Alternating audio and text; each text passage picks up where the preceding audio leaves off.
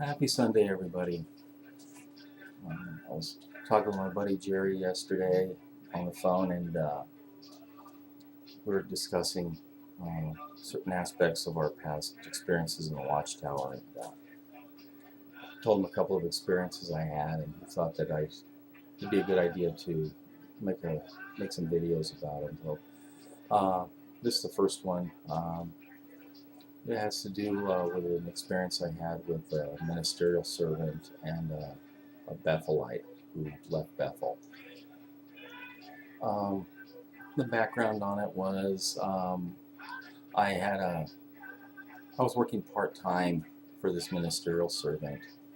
Uh, he had a contract with the franchise owner of about a half a dozen Burger Kings in town, and he contracted me to do two or three of them, and then he did the other two or three. And there was another brother, not the Bethelite, that would actually lend us a hand if we needed it.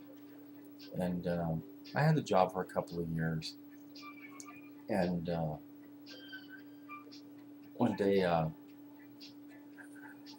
Billy Joe Bethelite shows up, left Bethel, joined our congregation to supposedly marry this pioneer sister who was about 18 or 19 years old.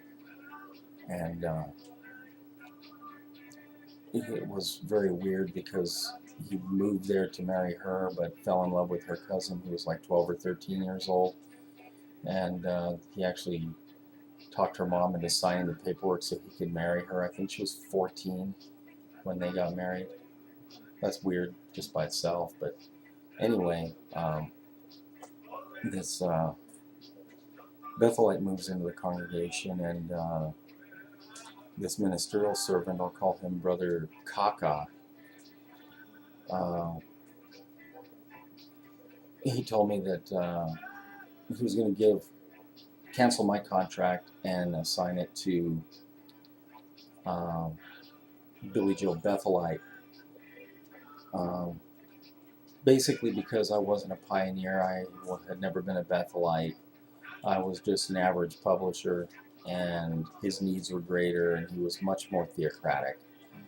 So that was just going to be the end of the contract. And I said, wow, I said, I've been with you for a couple of years now, never missed a day of work. You've never had a single complaint about my work, whether it was the cleaning end of it, the handyman end of it, or window washing end of it. And just out of the blue, you're just going to do this with no notice. I said, that's just great. And I said, you're an ass, and you can go to hell. And so that was the end of the relationship, you know. As far as the business thing went. And so it wasn't long after that. Well, see, all along the time I was working with him, he was pushing the franchise owner of the Burger Kings there to, alongside with cleaning, maintenance, and window washing contract, he also wanted the contract to do landscaping for all of the Burger Kings. And he could never talk him into it. I guess one day the other guy that was doing landscaping screwed up big enough, and the franchise owner called Brother Kaka and told him to start doing the landscaping. And so not long after he and I had parted ways business-wise, he gives me a call and asks to use my lawnmower. And I said, I don't have a lawnmower. I said, lawnmower belongs to my folks. And he said, well, I'm really in a bad way. He goes, I got that contract to do the landscaping for all the Burger Kings, and I was mowing the lawn at the first one, and halfway through, my lawnmower broke, and I don't have the money to buy a new one or to even get this one fixed, you know. And he wants the work done in a certain time frame, and I can't do it. I really would appreciate it if you can lend me the lawnmower. And I said, it's not mine to lend. And he goes, well, would you ask your folks? And I said, yeah, I'll ask them. And so I said, I'll call you back. And so I went and asked my folks, and I said, Brother Kaka needs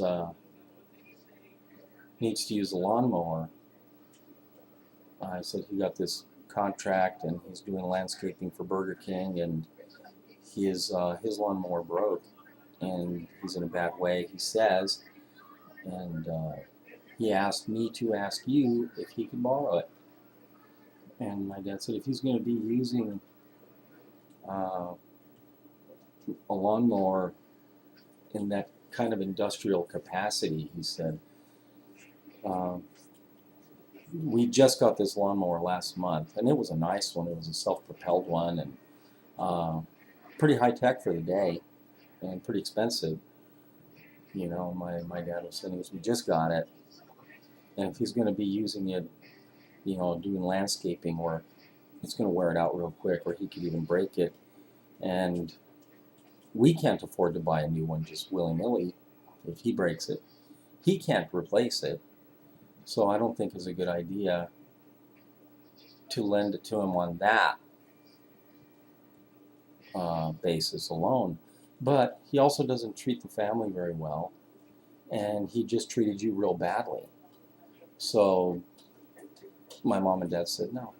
I called him on the phone, and I told him that they said no, and he got real upset and started nagging and whining about it, and then he got kind of aggressive with it and said that we, you know, really needed to reconsider our position in the congregation if we weren't going to be Christian-like and, you know, help their brother.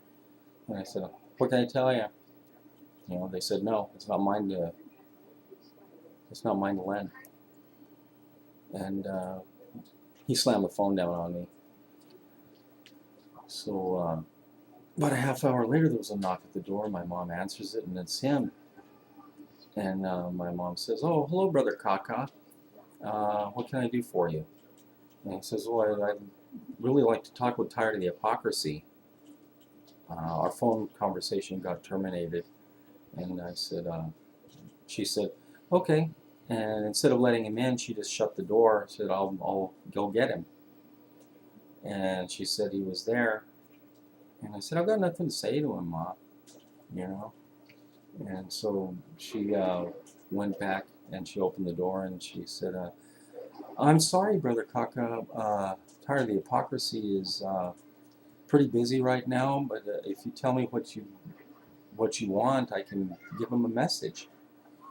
And he said, well, he goes, I wanted to stop by to pick up your lawnmower because he told me that you would let me borrow it for a few days. A blatant lie. This guy lied bald-faced right in my mom's face. And she said, no, he didn't. I heard him when he called you. He told you in no uncertain terms, no. And he opened up the storm door to talk to her, like, face-to-face. And he goes, listen, sister, I'm really in a bad way. I would really, really appreciate it if you would reconsider and let me borrow the lawnmower. I'm really desperate. And she said, my husband and I decided to say no, and we really shouldn't lend it to you. And then he got belligerent, and he started with that whole, you know, your position in the congregation threat type thing. I'm going to take it to the elders, blah, blah, blah. And my mom snatched the storm door out of his hand and then slammed it back into him. And she said, get off my porch, Mr. Kaka. And then she slammed it and slammed the front door, and then he left. And the next meeting, we showed up, and a couple of elders came up to my folks and said they wanted to talk to them in the back room. And my dad asked what it was about, and they said, well, Brother Kaka told us that he has an issue with some of your attitude and behavior as being unchristian. And my dad said, I'm not going to go into any back room with you guys over what that idiot has to say. So that's business between he and I. And if he brought it to you, I'm sorry, he said, but it's not an issue for the elders. Have a good night. And, you know, that's I've seen that kind of attitude in several people, you know. There's one guy I knew, I made a video about it, and not about that, but I discussed it. where this guy would go and he was a freeloader. He was a sponge. He was just a piece of crap.